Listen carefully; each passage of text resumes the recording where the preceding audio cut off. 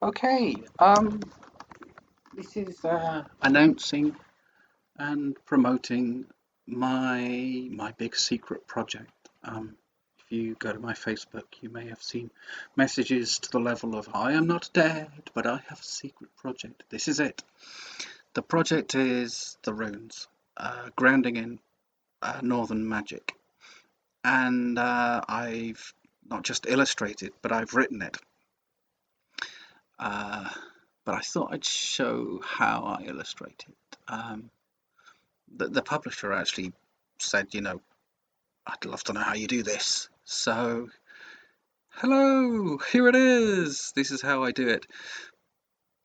You'll notice I'm quite kind of loose and free. And I'm not sure that I'm particularly following any kind of a technique that I know of. I'm just winging it.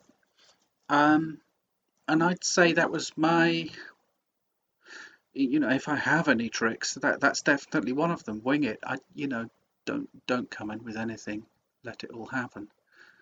Uh, I use the rubber a lot as a result, and in fact these things take about 2 days. It's wonderful seeing it sped up like this because I can almost pretend to myself that it is an amazing miracle that these things happen, as opposed to an absolute slog. Um, Things will come and go. I've just stuck a squirrel in, which means that the really badly drawn squirrel at the top of the page can go. That was also defying physics. And soon, yes, we have an eagle, so the eagle at the top can go as well. And then we have fruit. There are 24 fruit because there will be 24 runes in it.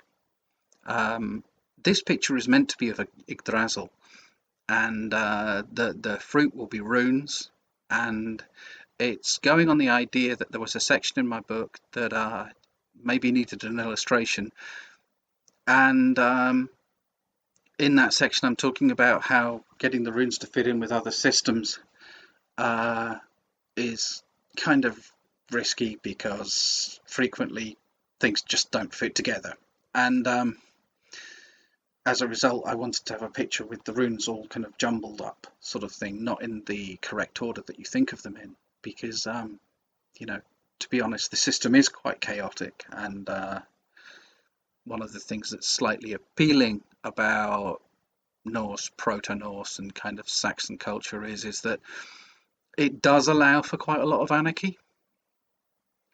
Here you can see we're using a biro now, and you'll see you'll start to see that like cross hatching and stuff like that.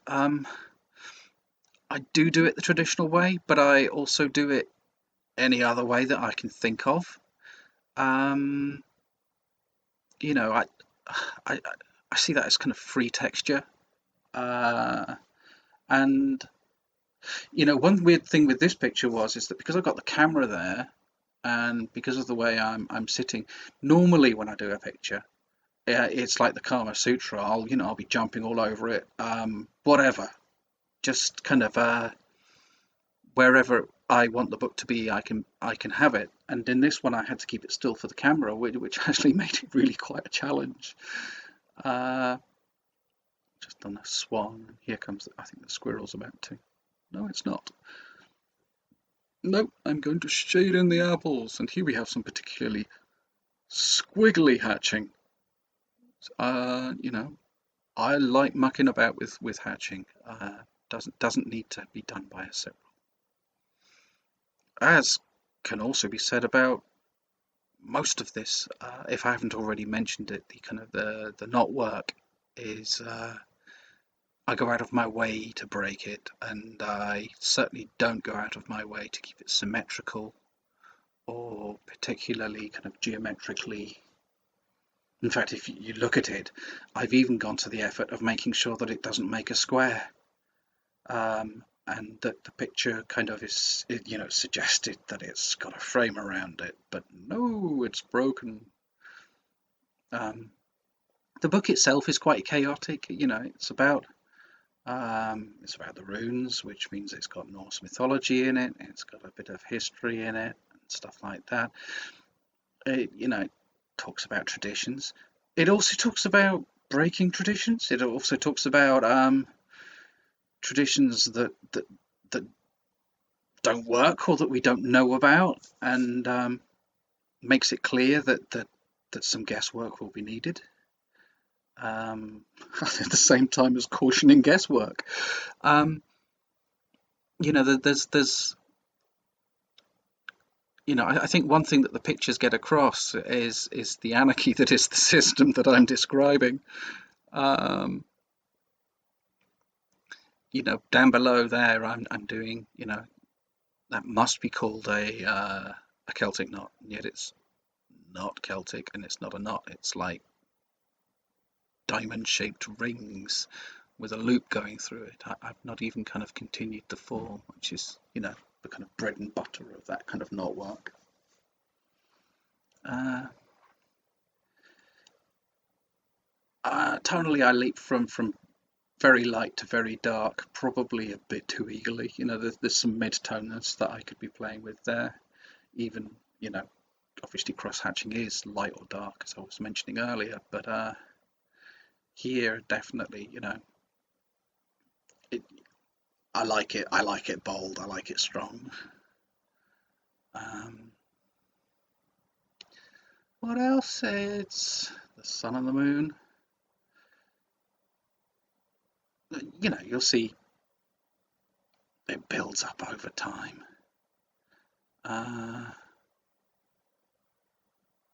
Little squirrel finally getting its tone work, and the runes. The runes are now in. Note they're not in an order. Like I said, I'm saying I'm saying chaos, and I think it's almost finished now.